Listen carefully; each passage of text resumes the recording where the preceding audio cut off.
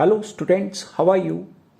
On Monday, it was being posted mid-select Nifty trend decider for the day is 13,225. Let's see how it plays.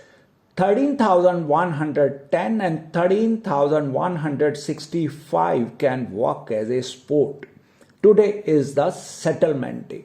That was being posted early in the morning, and how the chart of mid-select worked on Monday itself. Monday it opened near to 13,228, 13,222 and formed the high at 13,228, and the low was being formed at 13,142. 13,165 played a crucial support and resistance on the day Monday.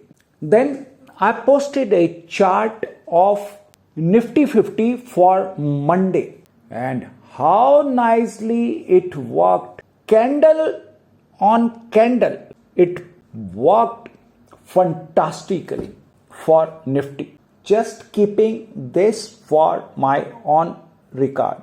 With these words, lots of love, blessings, happy trading and happy investing to all my students.